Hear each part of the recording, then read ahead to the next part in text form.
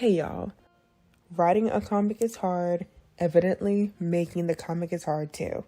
But the video you're gonna watch right now will suggest to you one tip that can potentially make your comic or webcomics development easier and faster.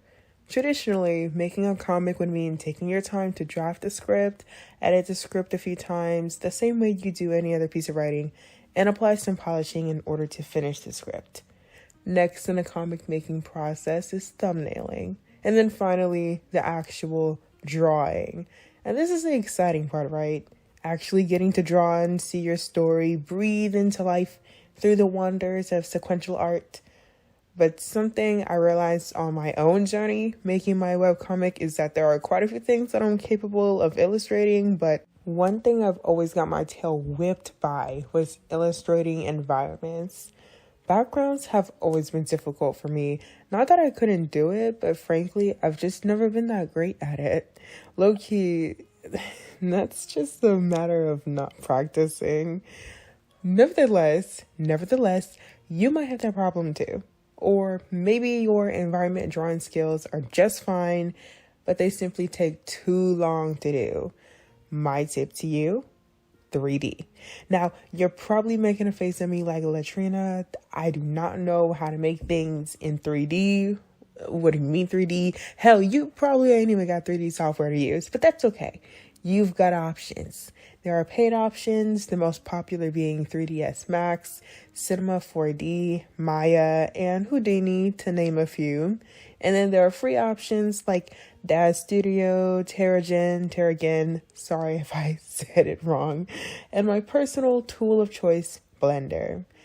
I'm going to roll with Blender because it's what I use and it's what I've spent the last few weeks learning how to navigate and use.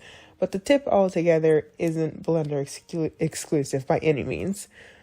Obviously, the first thing you're going to have to do is get to know your program of choice. I mean, how the hell do you expect to utilize this tip without bothering to learn how to use the freaking program? Let me not cuss. How long the learning stage takes depends on two factors: the amount of information you'd have to learn as a beginner, and then that is, how much effort you plan to put into this. Bear with me though, because it's going to be worth it in the end. Let's talk about getting to know Blender. Most people agree that the learning curve for Blender is, it's kind of steep. There are quite a number of shortcuts, tools, and window options to explore. But the great news is you don't need to become an expert to get started. With Blender, your best bet is to simply begin playing around with it and watching a few tutorials, just enough to get pretty familiar with what you're trying to do. It took me about a month to get through that learning curve in Blender, but this was due to the natural interference of life with work and school and what have you.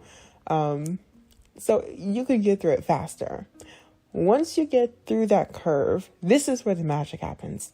Now, everyone's different, but if you're anything like me, you'll find that creating 3D assets for your environments is key to creating a shortcut in your comic making process, especially if it's going to be a long and tedious story, sort of like in my case. And I'm serious too. Like, take me for instance.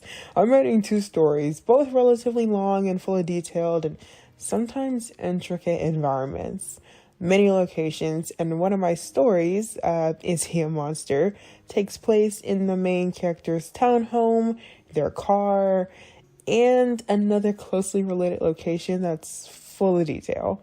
Her kitchen alone, for example, contains a giant case full of dozens of plates and saucers, cabinets, a shelf, window, stove, etc. And I'd have to draw this again and again and again and again for at least 30 panels. And to keep it real with you, I don't want to draw that, and you probably don't either. Using 3D assets solves this problem for me and you. Even better, if you don't want to concern yourself too much with learning any 3D tool, you can purchase assets from various online markets like the asset market from Blender, Clip Studio Paints, or even Unity. You could probably even find 3D assets directly off of people's like personal page, like their Instagram page, for example. Once you have your models, you can import the 3D object into your drawing file and then have it automatically traced. And then it's like, boom, congratulations, you've done the work now, so you'll have less to do later. Now you saved yourself so much time in the near future. I don't even think you know. With 3D assets to help, not only did you save time, but you've learned a new technical skill that can open doors for you, should you ever need them to. Plus, it saves you money. What's the point in buying an asset when you can make it yourself? Especially now that you're equipped with the knowledge to do so. You know what I mean? Not that there's anything wrong with buying assets, of course.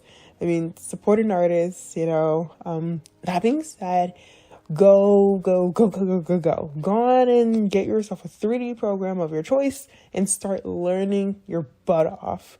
Whenever you feel like giving up, just think about yourself in the very near future. I do this all the time. If you feel like, oh my gosh, I don't want to do this, I'm over it, just take a moment to think about yourself in the near future. When they sit down and get ready to work, they're going to be so relieved when they realize all they have to do is draw the characters and miscellaneous things. Unless you choose to model that too, of course. I mean, go crazy, go stupid, go crazy. So if you want to save time, go on and get you a 3D animation software and make you some assets. Or support an artist and buy a generic one. Thanks so much for watching and subscribe for more content on the creative's journey.